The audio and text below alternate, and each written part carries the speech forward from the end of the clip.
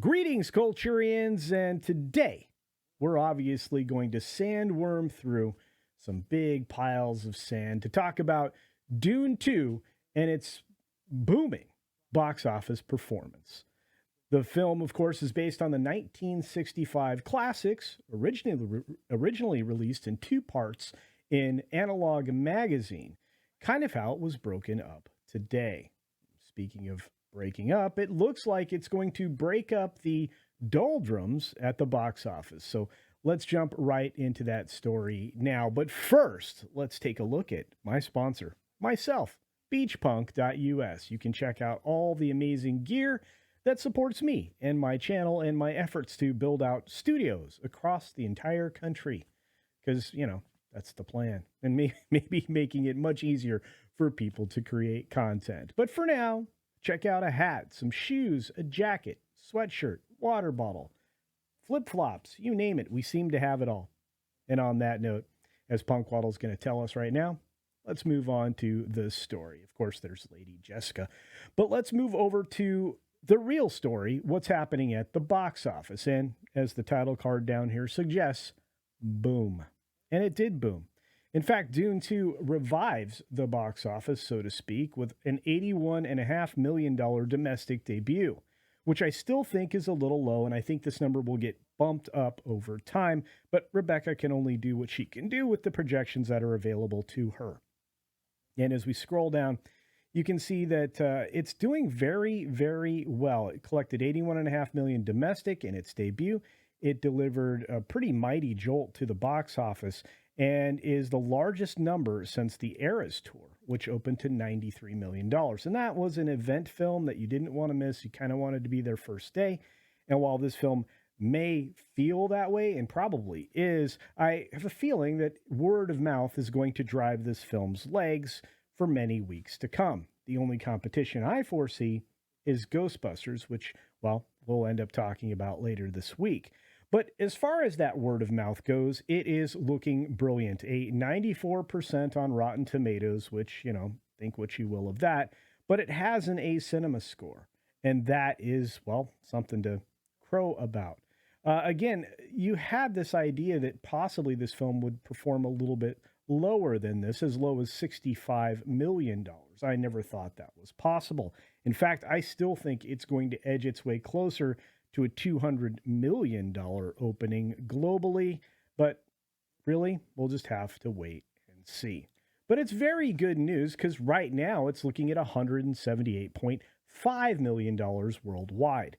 The International Open came through in a big way, and premium screens were, well, hard to come by. If you went to go see this in IMAX, good for you. Probably the best experience that you could have, both visually and as far as the sound, because the sound design and the audio were brilliant.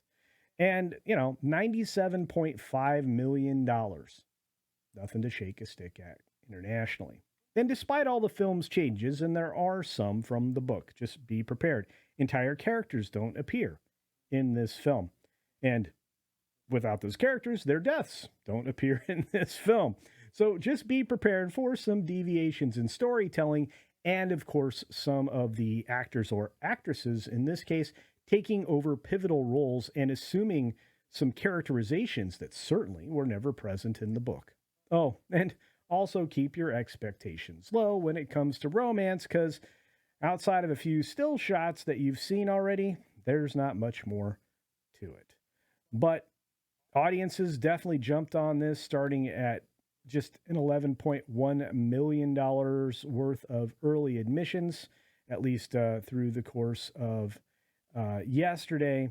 And you're looking at some of these numbers that are just bonkers. Now, of course, there's a delayed open that we have to speak to.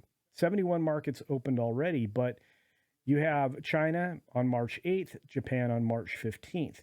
So you'll have to note that this movie was number one in 67 of 71 markets, including the U.S. market. So it did very, very well. Let's take a look at the overall box office, because I always roll that into these updates on late Sunday or early Monday. Dune Part 2, $81.5 million, averaging $20,000 per theater. Thank you, IMAX and other PLFs, premium large format theaters. You see Bob Marley, though, stumbling critically down to $7.4 million over the weekend. Ordinary Angels heads downwards to $3.8 million for the weekend. And you have Madam Web stumbling through the door at $3.2 million. Not doing very well there, Madam, at a grand total of $40 million domestic in your third weekend. This is looking rough. This film could come in underneath the failure that is The Marvels, and certainly underneath Morbius, which was a colossal failure. What's really strange is that the other film that Timothée Chalamet has been in recently is still in theaters, still sitting at $216 million domestic. A film that definitely overperformed my expectations and has managed to stick around to the tune of, well, about $1,000 per theater in the 1,700 theaters that it is in. Congratulations to Timothée Chalamet and that film. But as I pointed out, there's a lot of laughs to be had at Sony's Madam Web. And as a bonus, let's take a look at that. We have Sydney Sweeney appearing over on SNL, perhaps thinking that maybe she could artificially support something for Madam Web going way back in her calendar, but obviously okay with the failure now, saying, "You definitely did not see me in Madam Web."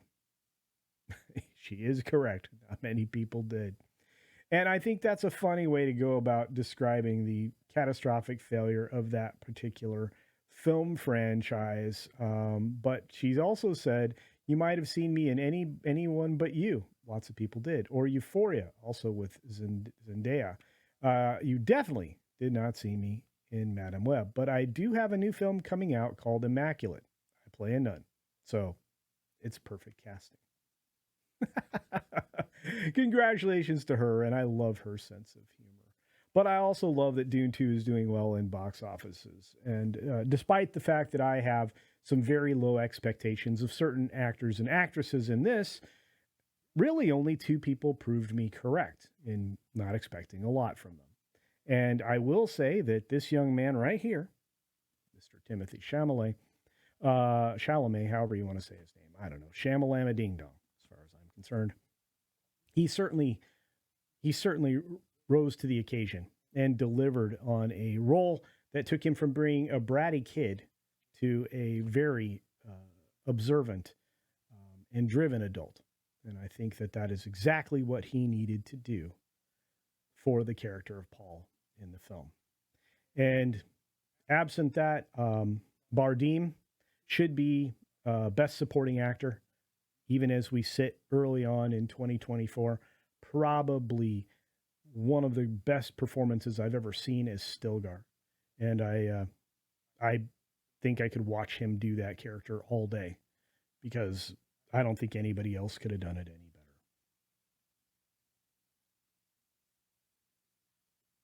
And on that note, what do you think of this weekend's box office? Are you in any way surprised with what we got at the end of the weekend? Well, of course not. Nobody was going to expect any other film to finish in first place, but did you think it would do this well?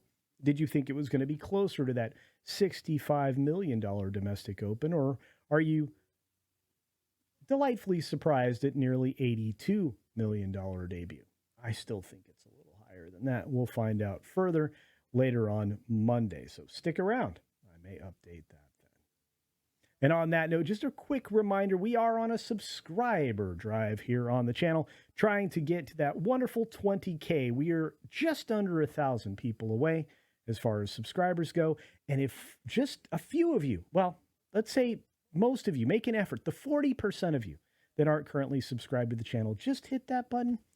That would certainly help. On that note, be sure to let me know your thoughts in the comments section below, and be sure to take care of yourself, take care of others. And until next time, see ya.